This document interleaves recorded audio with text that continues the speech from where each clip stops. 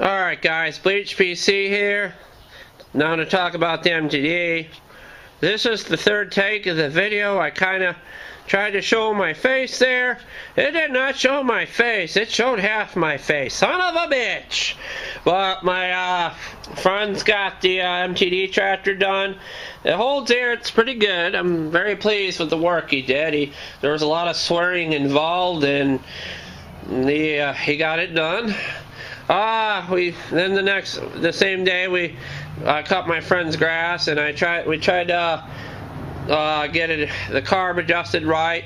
He thought I might need a new governor, but the further inspection there was a swirling vortex of gas pissing out the top of the carburetor bowl, and my friend, I monkeyed with it because I cleaned it before, and it must not have fastened on there right. My friend tried to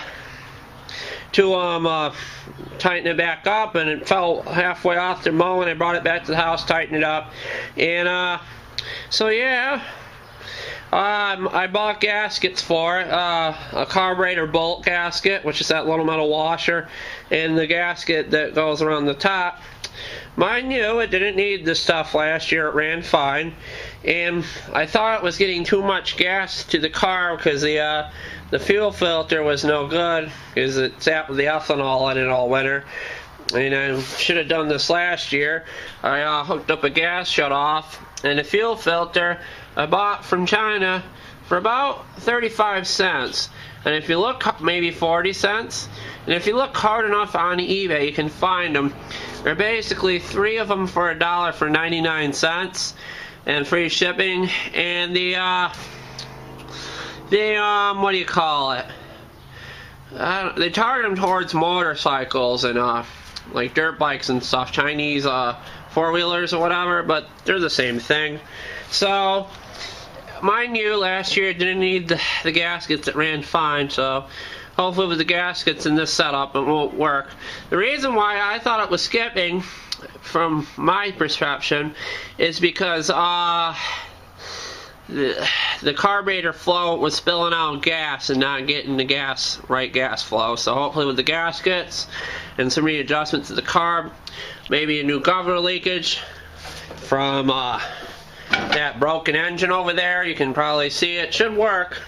There's another broken engine in here too. That little finger's broke because he didn't know what he was doing.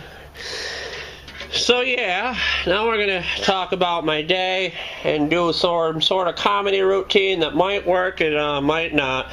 Some of you might not like it, some of you might not. So I hope I shine this thing right on my face. Alright, I hope I'm doing this right. I notice Savage No More kind of holds it down like this, maybe right here. Can you see me now?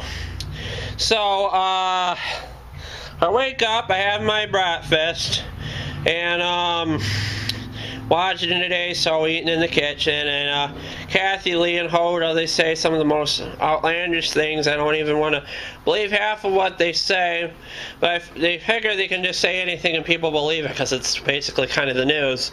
So they were in Charleston, North Carolina, promoting The Great Gatsby. Looks like a good movie. I read the books. It's pretty good. Well, I tried to read the books. It was too strong reading for me back when I tried to read it. I'm a much better reader now. So I don't know where to hold this thing. I hope you can see me. So, what else? So, what they said, they're talking about weddings and stuff. They said girls aren't supposed to chew gum at weddings, or maybe actually always really, is it could cause them to get fat and cause gas. I'm like, okay, I got thinking, and you know how I think, it's kind of weird. I'm like, okay, if this was true, we have a bunch of burping, farting, drunken girls at a wedding, or really anywhere. I always shared gum with my girlfriends and girls I was friends with. I never even noticed them farting or getting fat or burping. So, with that being said, I didn't really believe it. If that were true, if a girl would chew on gum, it would probably cause her to crap her pants. I don't know if I even should say that, so who knows. So today at the Walmart, another funny thing happened. and we'll talk about Sears and then Walmart. Basically, these scams I'm getting to. So, I'm walking around, I pick up the tire gauge, the spark plug, and found some guy who talked about his lawnmowers. He's picking up stuff for his. He has like an Aaron Zero turn and a Club Cadet he's very fond of. He was getting stuff to fix it. And knowing the Walmart, they don't have much of a selection of stuff, and he couldn't find half of what he needed. He suggested a place that's really good here.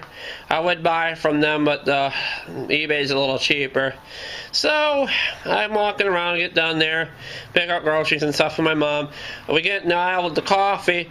All of a sudden I hear, Walmart's having a giveaway today.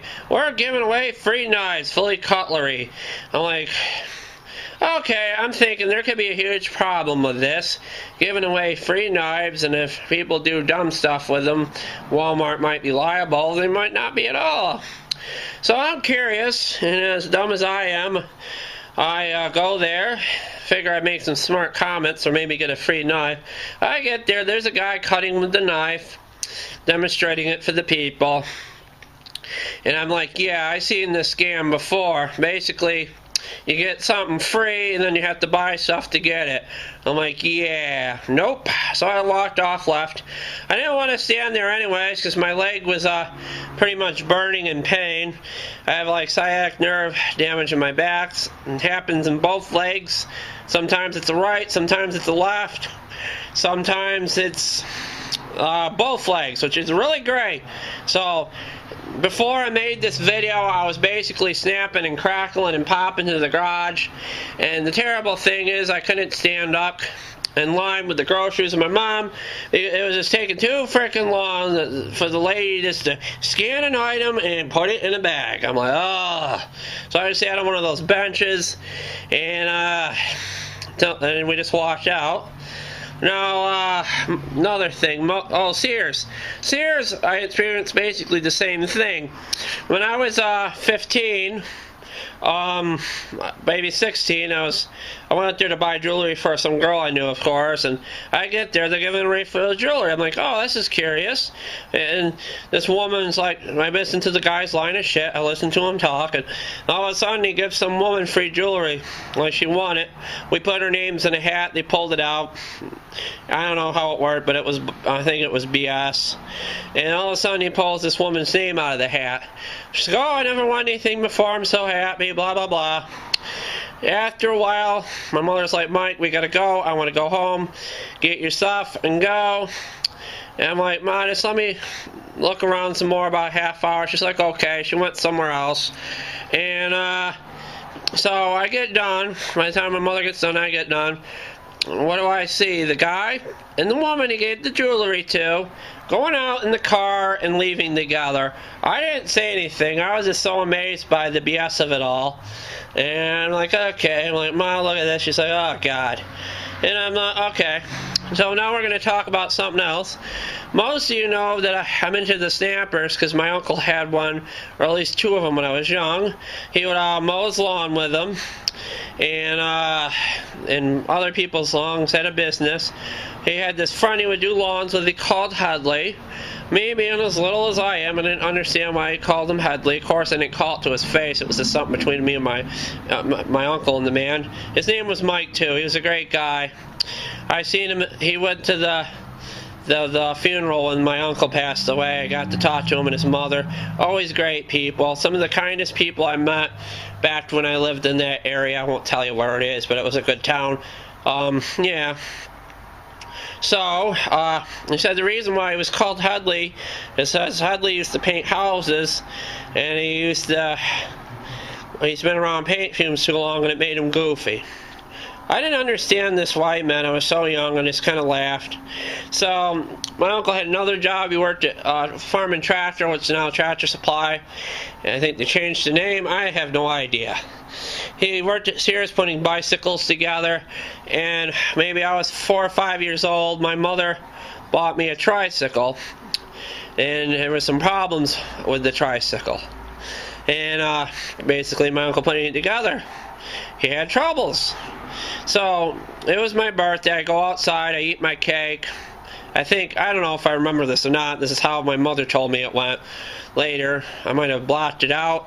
I don't know, it could be a suppressed childhood memory, who knows. So I go outside, I play. I'm so happy I'm getting a tricycle. You don't see them too much anymore. It was a police one, it had like a police shield on it. It was really cool looking. I wish I still had it so I could show you guys, but I don't think you could even find one anymore. Most of them wound up at dumps or scrap yards. We wound up selling mine for 20 bucks. I wish I kept it.